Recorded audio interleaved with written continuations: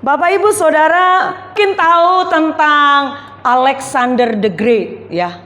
Alexander yang agung itu. Raja dari Makedonia. Dia memang seorang yang sangat ambisius. Dari mulai umur 18 tahun dia telah dilatih menjadi seorang prajurit yang cakap. Tapi dia juga diajar cerdas oleh gurunya yang bernama Aristoteles. Aristoteles ini terkenal ya sebagai pujangga atau filsuf Yunani.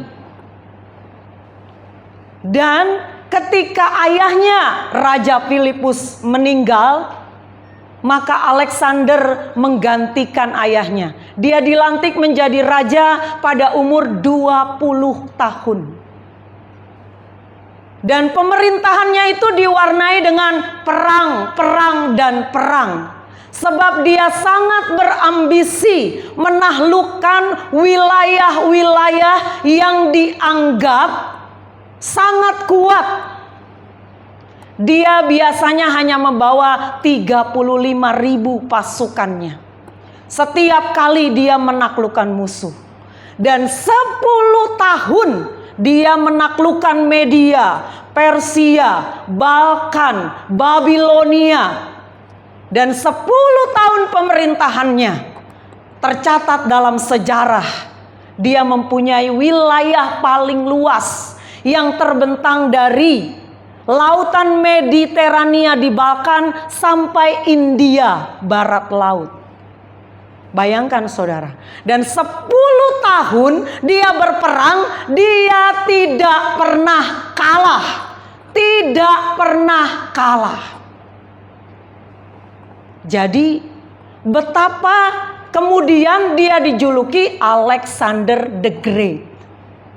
Alexander yang agung. Sebab dia memang tidak pernah terkalahkan dalam strategi, dalam peperangan. Padahal berkali-kali dia terluka, bahkan nyawanya pun hampir hilang. Tapi ternyata dia sulit ditaklukkan oleh musuh-musuhnya. Dan terakhir, dia sebenarnya dari Makedonia, tapi dia membangun istananya di Babilonia. 2 tahun pemerintahannya di Babilonia, ternyata dia menderita penyakit. Menurut sejarah, antara dia mungkin sering terluka di peperangan ya, sehingga ada banyak luka-luka di tubuhnya yang kemudian berdampak pada akhir-akhir hidupnya itu. Jadi umurnya tidak lama saudara. Dia meninggal pada usia 32 tahun. Dan selama 2 tahun dia berjuang dengan penyakitnya. Ada yang bilang juga dia diracun karena banyak orang tidak suka dengan dia. Jadi tidak tahu. Tapi pada detik-detik menjelang dia sekarat, dia mengingat ibunya. Dari muda dia selalu dididik. Ibunya ini namanya Olimpia, salah satu istri dari Raja Filipus. Jadi Raja Filipus itu punya 8 istri, belum termasuk gundik-gundik. Nah, pada saat dia sedang terbaring sakit di Babilonia, dia mengingat ibunya di Makedonia. Lalu kemudian dia ingin sekali berjumpa dengan ibunya di saat-saat terakhirnya. Itu sebabnya dia berkata kepada dokternya, "Bisakah engkau menahan dulu nyawaku sampai aku berjumpa dengan ibuku?" Lalu dokter itu berkata, "Aku tidak punya kuasa untuk menahan nyawamu." Lalu dia katakan, "Bagaimana kalau aku memberikan setengah dari kekayaanku? Bisakah engkau menambah umurku dulu sampai aku berjumpa dengan ibuku?" Dokternya bilang, "Seluruh hartamu diberikan pun aku tidak bisa menambahkan umur hidupmu." Pada saat itulah dia baru sadar bahwa detik-detik menjelang kematiannya sudah sangat dekat. Itu sebabnya dia mengumpulkan para jenderal kepercayaannya. Lalu dia meninggalkan 3 wasiat. 3 wasiat ini tidak didaftar dalam sejarah. Karena ini hanya cerita dari para jenderalnya yang mendampingi dia sampai terakhir. Yang kemudian berkembang menjadi mitos Yunani. Tapi 3 permintaan terakhir Alexander the Great dapat kita ambil. Dia berkata kepada para jenderalnya begini, waktuku tidak banyak. Kalau aku mati, ada 3 permintaan yang harus kalian lakukan. Yang pertama, biarkan dokter yang merawatku selama ini mengangkat jenazahku seorang diri dan memasukkannya ke peti mati. Itu perintah pertama, wasiat pertama.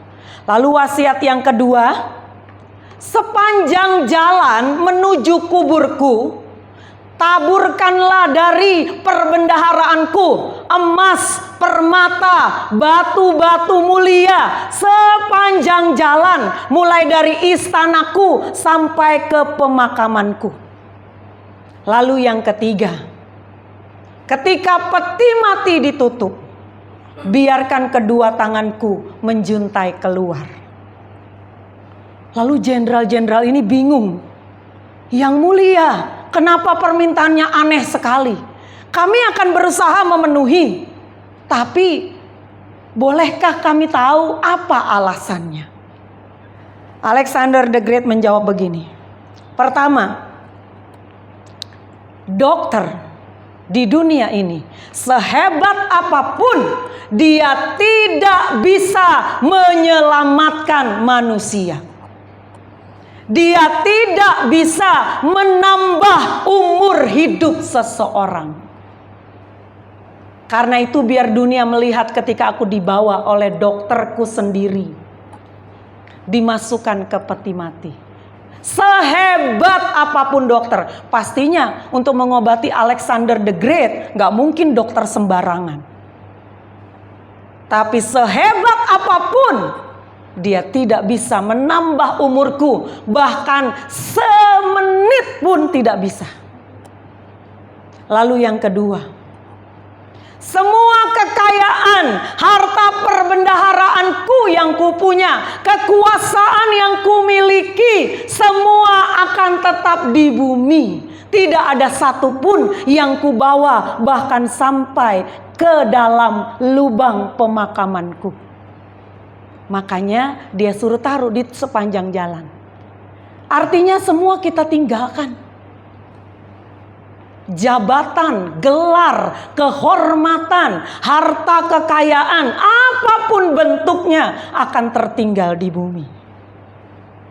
Lalu yang ketiga, sebagaimana aku keluar, dilahirkan tidak membawa apa-apa, dengan tangan kosong pula aku masuk di dalam peti mati. Tidak ada yang bisa dibanggakan, bahkan oleh seorang Alexander Agung. Kita mendapatkan 3 pelajaran berharga. Bahwa ketika orang berambisi meraih keberhasilan, kan kalau kita merayakan hari lahir, orang senang kan? Selalu nyanyi apa? Panjang umurnya gitu ya. Panjang umurnya serta mulia. Nah, kalau di Alkitabiahkan kita nyanyi umur panjang di tangan kanan, di tangan kirinya kekayaan dan kehormatan gitu kan. Sampai selamanya, nggak salah. Tapi banyak kali orang mengukur keberhasilan dari apa yang kita punya. Jabatan yang tinggi, gelar yang banyak, harta yang banyak. Segala sesuatu yang bisa kita miliki, bisa kita raih. Itu yang menandakan keberhasilan kita.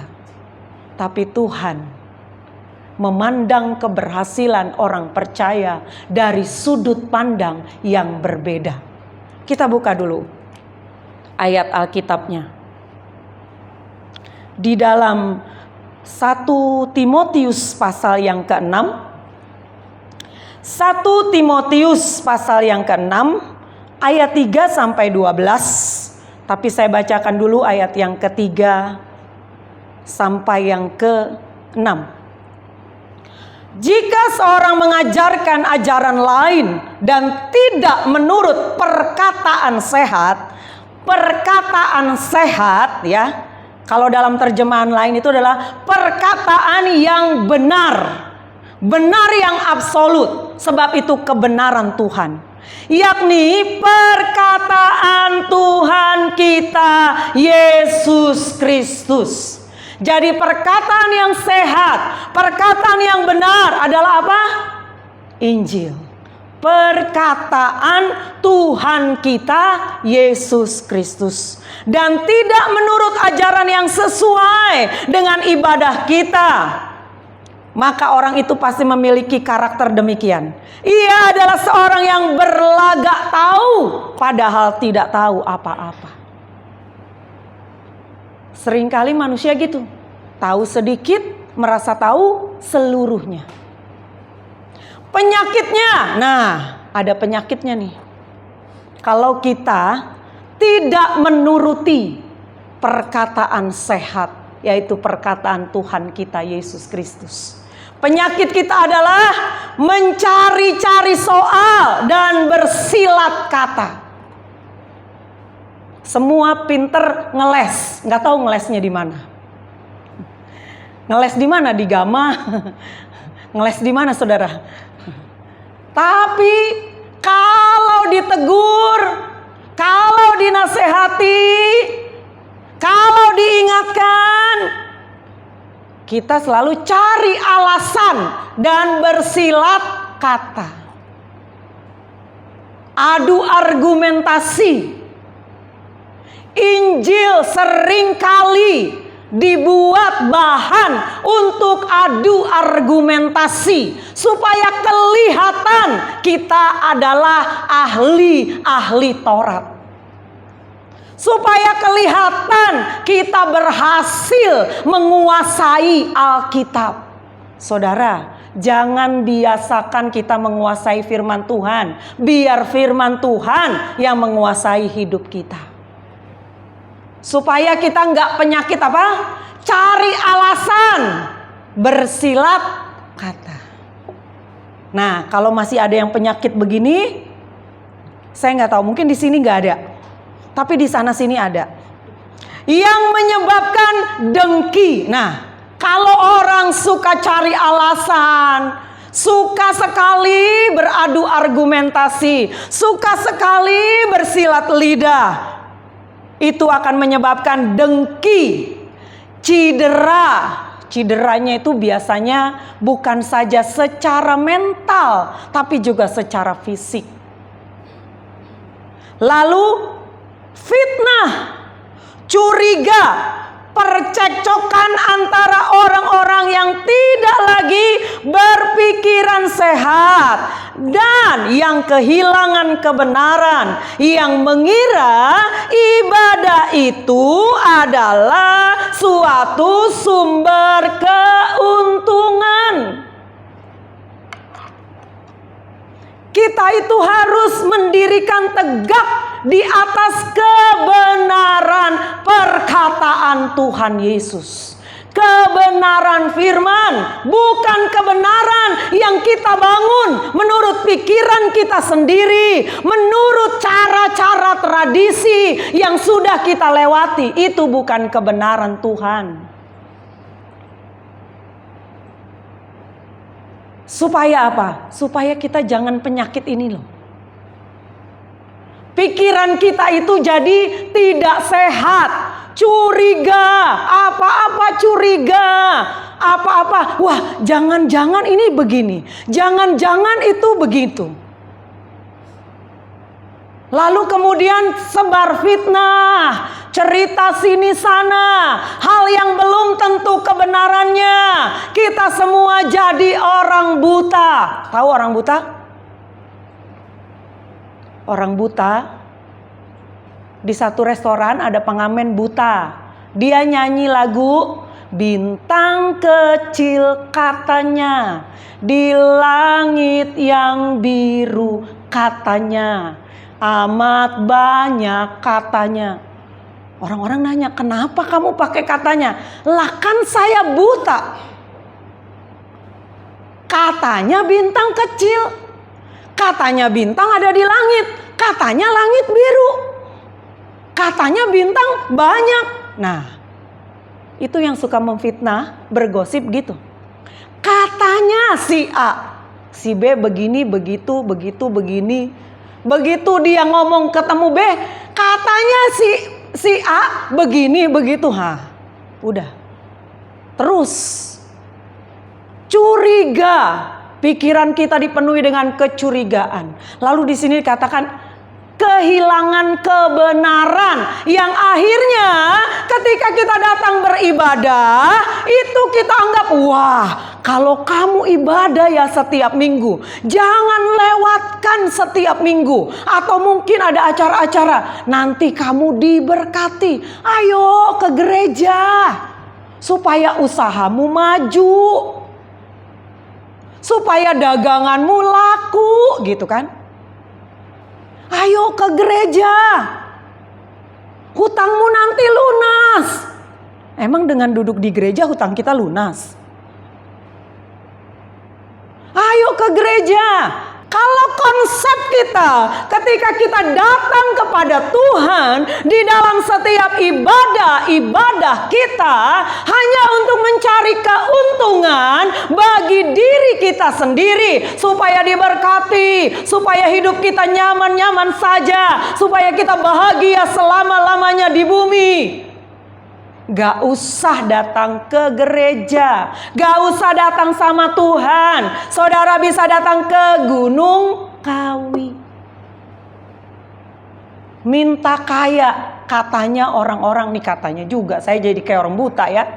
Katanya orang-orang bisa jadi kaya kalau ke Gunung Kawi. Kadang-kadang itu kita lebih suka kuasa-kuasa di luar kuasa Tuhan, lebih suka kita percayai. Coba kalau kita datang ke yang kita sebut orang pintar lah, kita sebut dukun lah. Sebenarnya gak ada orang pintar, yang ada kita yang bodoh, dibodohi sama orang yang bodoh juga. Jadi sama-sama bodoh, gak ada orang pintar. Kalau kita belajar kebenaran firman Tuhan, kita menjadi pelaku dari setiap perkataan Tuhan, saudara akan cerdas secara rohani. Sebab ketika kita hidup takut akan Tuhan, hikmat Tuhan menyertai setiap kita. Dan hikmat itulah yang akan memperkaya hidup kita dengan berkat-berkat Tuhan.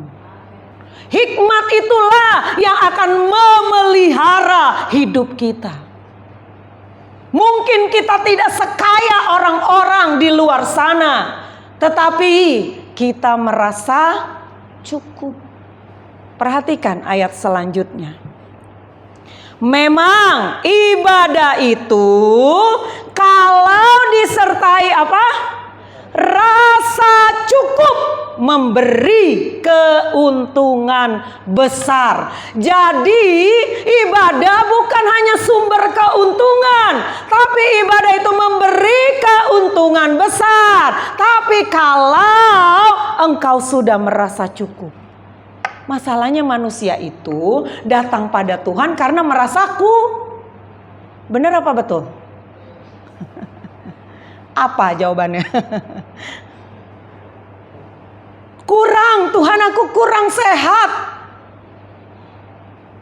Aku mau disembuhkan. Tuhan aku kurang bahagia. Mau cari bahagia. Banyak toko bahagia enggak menjual bahagia tapi ya.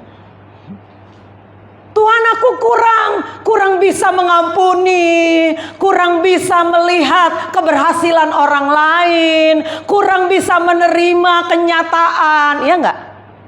Kita datang sama Tuhan dengan rasa kurang, makanya kita enggak pernah merasakan keuntungan besar. Tapi kalau kita merasa cukup, terima kasih Tuhan. Kata bisa dilewati. Artinya kita merasa cukup pemeliharaan Tuhan. Sampai detik ini aku tahu aku cukup. Cukup damai sejahteraku. Cukup sukacitaku dalam Tuhan. Cukup Tuhan kebahagiaanku. Baru bisa tadi tuh nyanyi. Kita terbang tinggi. Saudara, kalau saudara nggak cukup, kurang aja. Nuntut Tuhan beri terus. Nuntut Tuhan kasih terus. Gimana mau terbang tinggi saudara? Ya, jadinya itu jadi cuma nyanyian. Nyanyian tadi mengandung juga perkataan-perkataan Tuhan yang harus kita terapkan dalam hidup kita. Tadi, ku bersedia hidup kudus tak bercela. Tapi sementara di hati kita gini, mungkin gak ya hidup kudus? Kira-kira saudara nanya gitu gak? Mungkin gak ya aku hidup tidak bercela? Tapi nyanyi, ku bersedia hidup kudus gitu.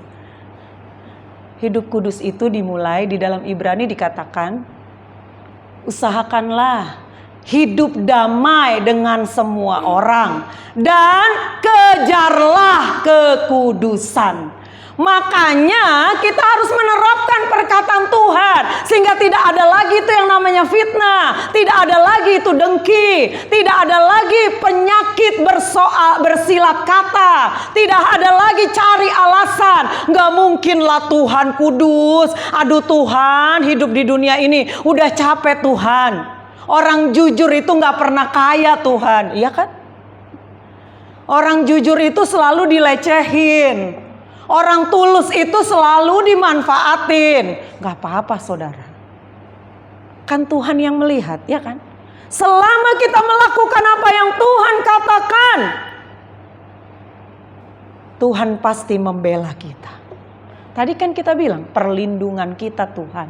Pembela kita Tuhan. Udah saya cukup Tuhan. Cukup digosipin orang, cukup.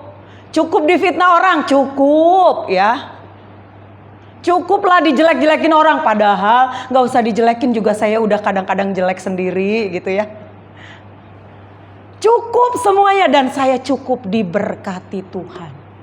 Saya cukup Tuhan mendapatkan bahagia di dalam hadirat-Mu. Saya cukup Tuhan ketika aku berdiam diri di dalam hadirat-Mu. Disitulah Tuhan mengalirkan damai sejahteranya. Filipi 4 ayat 7 dikatakan kiranya damai sejahtera Allah yang melampaui segala akal akan memelihara hati dan pikiranmu di dalam Kristus Yesus. Akhirnya ayat yang ke-8 berkata, semua yang benar, semua yang mulia, semua yang suci, semua yang adil, semua yang benar, ya. Semua yang patut disebut kebajikan, pikirkanlah semuanya itu. Ketika kita merasa cukup, ibadah itu akan mendatangkan keuntungan besar. Bicara keuntungan besar, jangan bicara cuan. Karena hubungan kita dengan Tuhan bukan pengusaha dengan relasinya. Ya kan? Hubungan kita dengan Tuhan apa? Anak dengan bapaknya. Jadi kita belajar. Rasul Paulus mengajar kepada anak rohaninya Timotius.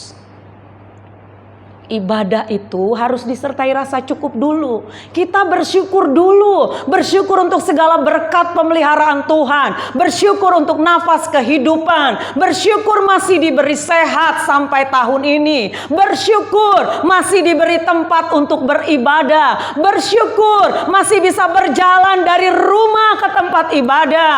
Bersyukur waktu engkau duduk dengan rasa cukup dan bersyukur, ibadah itu akan mendatangkan keuntungan besar bagimu. Karena tujuan kita tadi satu apa? Melayani Tuhan di langit baru, bumi baru. Nah, kalau kita udah lelah di dunia ini, kurang terus, merasa kurang terus, gimana kita mau sampai untuk melayani Tuhan di langit baru, bumi baru?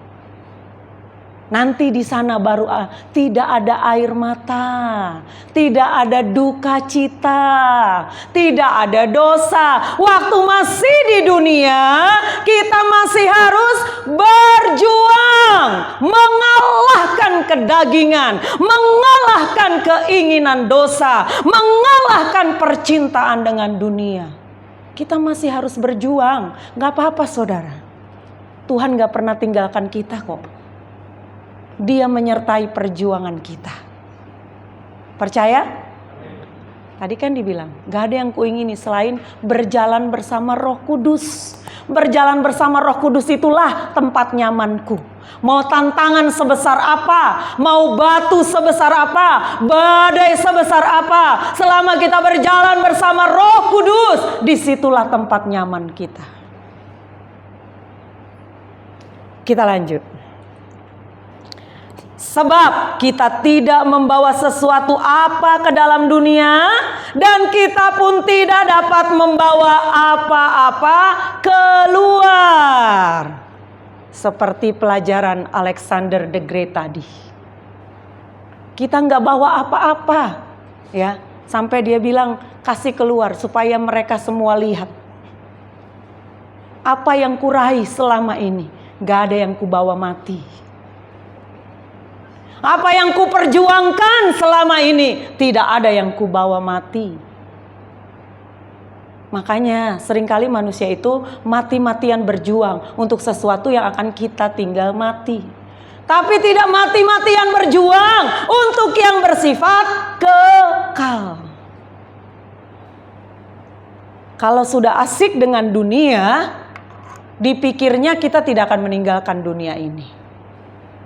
Kalau sudah nyaman dengan dunia, makanya kenapa Tuhan itu kadang-kadang agak bersukacita menggarap kita dengan kesengsaraan.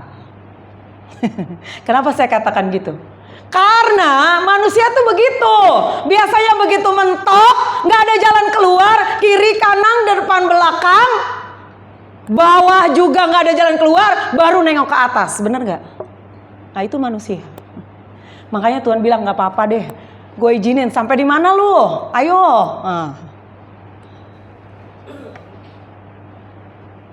Makanya Raja Daud pun begitu, digarap Tuhan habis. Itu sebabnya dia berkata dalam salah satu mazmurnya, sengsaraku engkau yang menghitung-hitung, air mataku kau taruh dalam kirbatmu. Bukankah semuanya telah kau daftarkan? Di mana itu ayatnya? Di Alkitab. Di salah satu mazmurnya Raja Daud berkata, dia tahu Tuhan itu tidak tidur, Tuhan tidak tutup mata. Sengsara kita Tuhan hitung. Itulah investasi kita di kekekalan. Kesengsaraan kita ketika kita melawan kedagingan.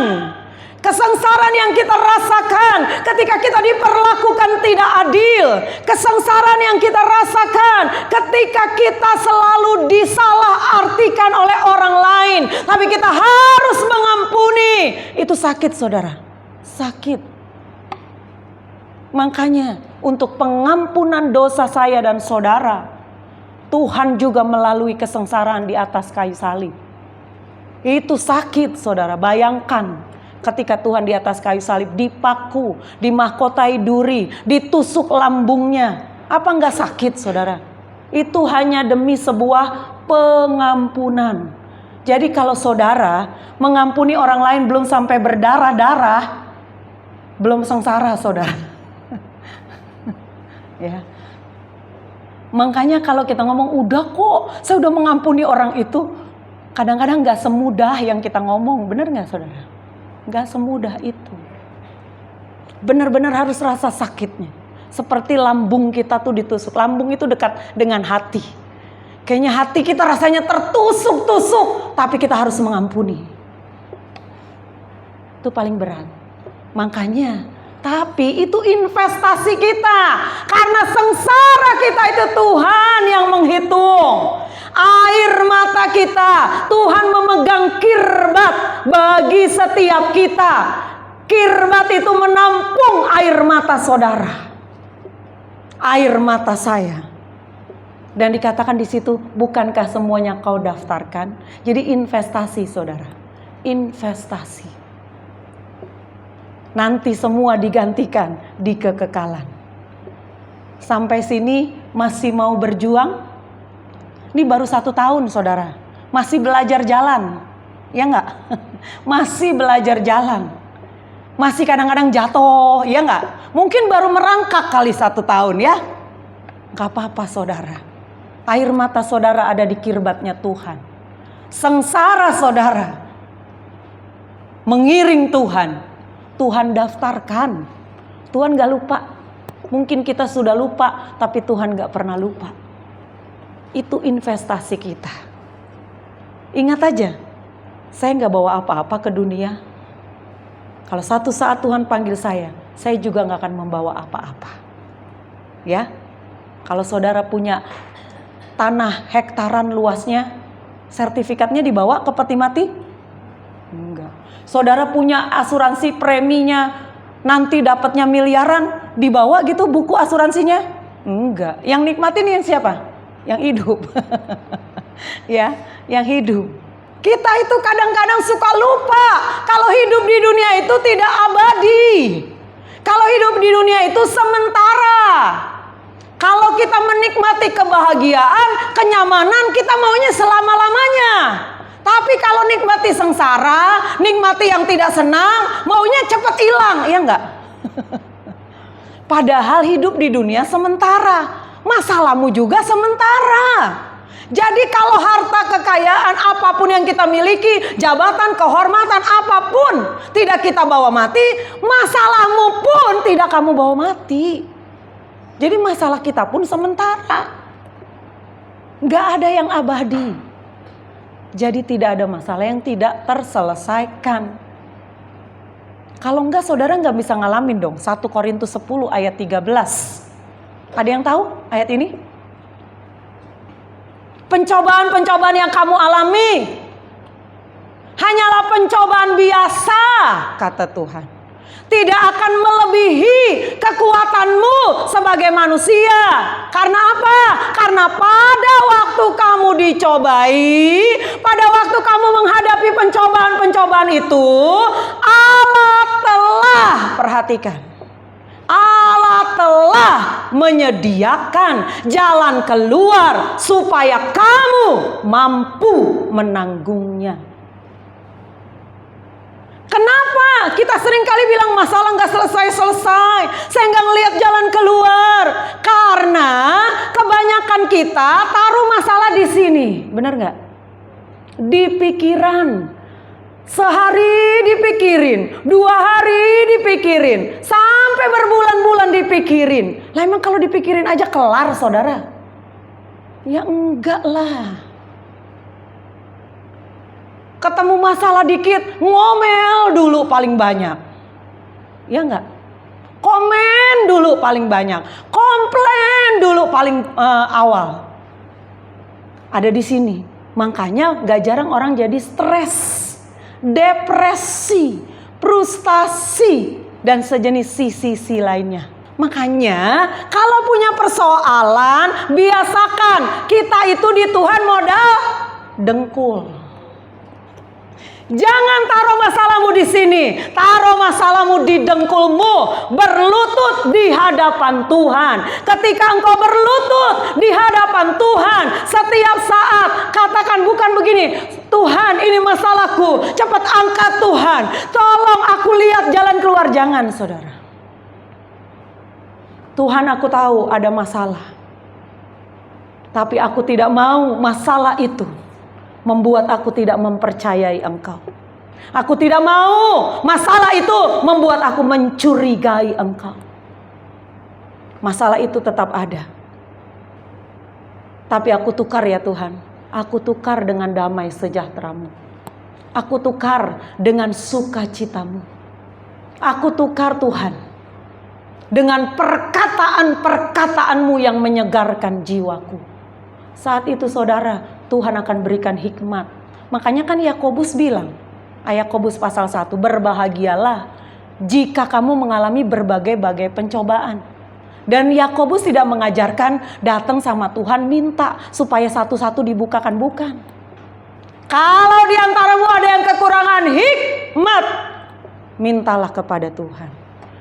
Dengan hikmat itulah, kalau di Amsal bilang, permulaan hikmat takut akan Tuhan. Ketika hidupmu takut akan Tuhan, ketika kamu menerapkan ajaran sehat, ketika engkau melakukan apa yang dikatakan Tuhan, saat itulah hikmat itu akan dibukakan dan kamu akan melihat setiap jalan keluar dari semua persoalanmu. Nggak ngegerutu, nggak bersungut-sungut, tetap rasa cukup.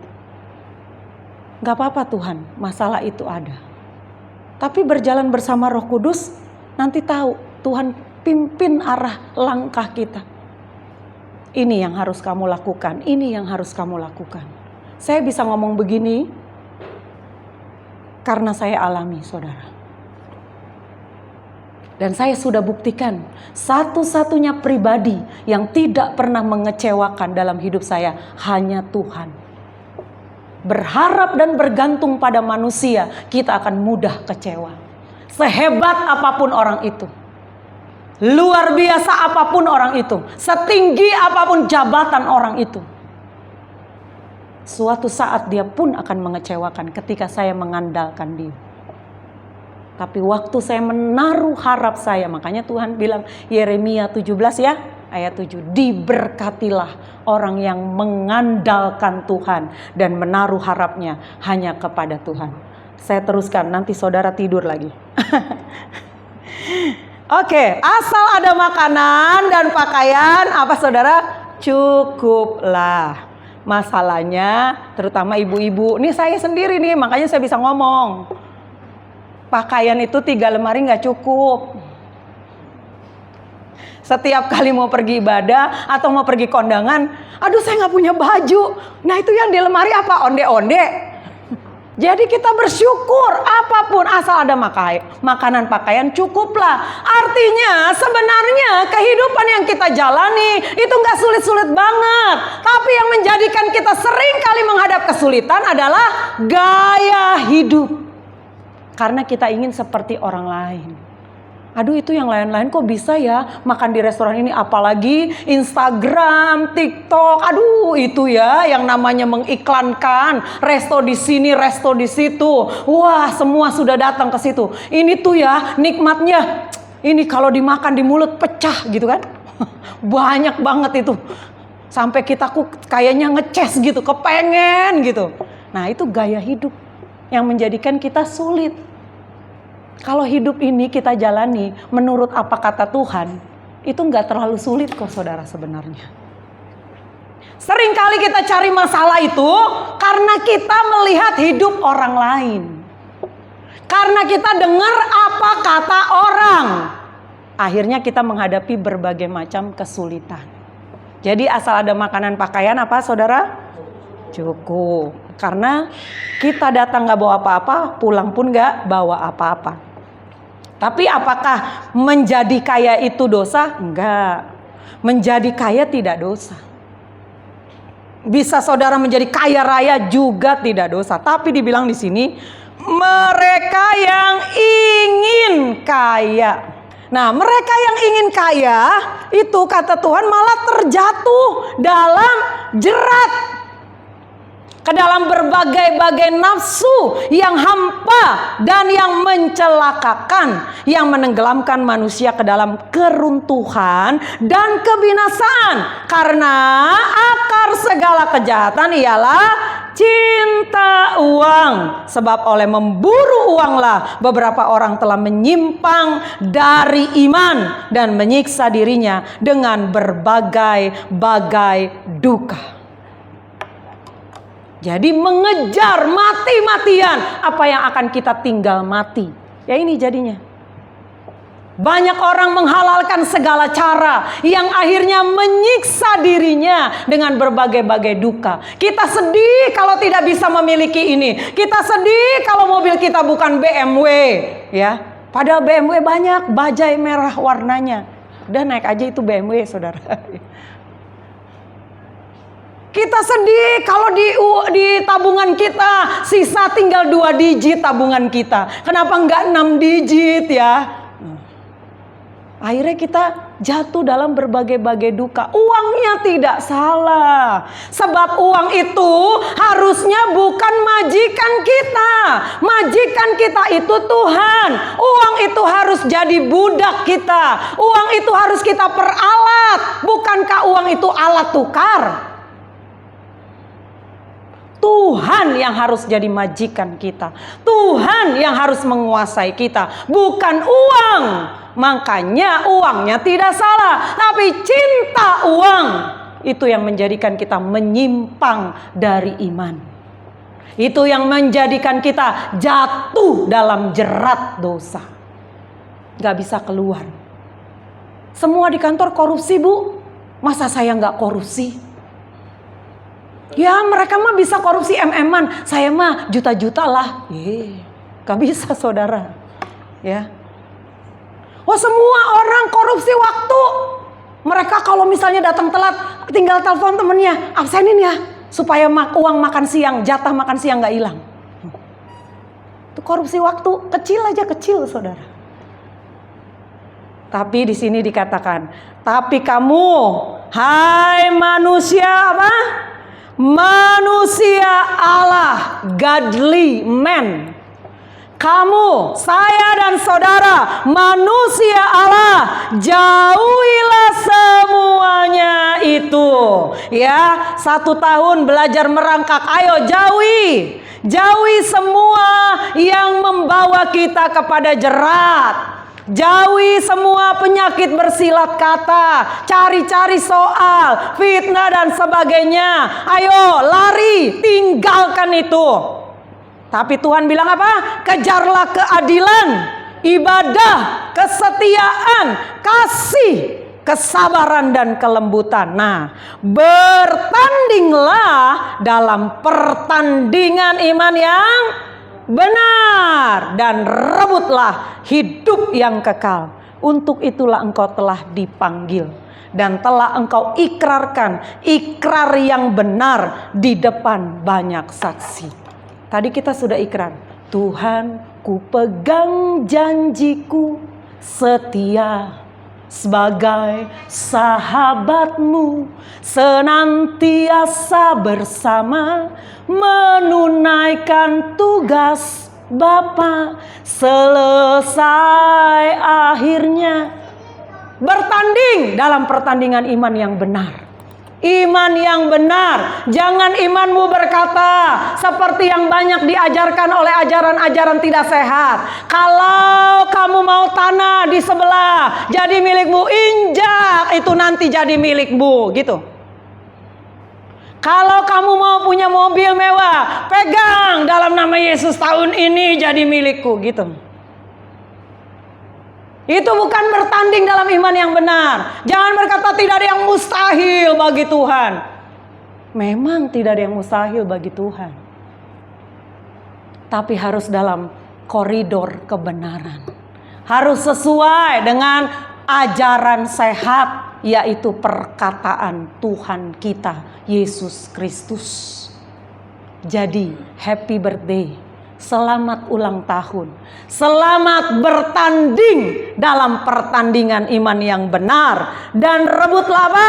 Hidup yang kekal. Sebab untuk itulah saya dan saudara sudah dipanggil. Dan kita sudah mengikrarkan janji itu di depan banyak orang. Amin untuk firman Tuhan.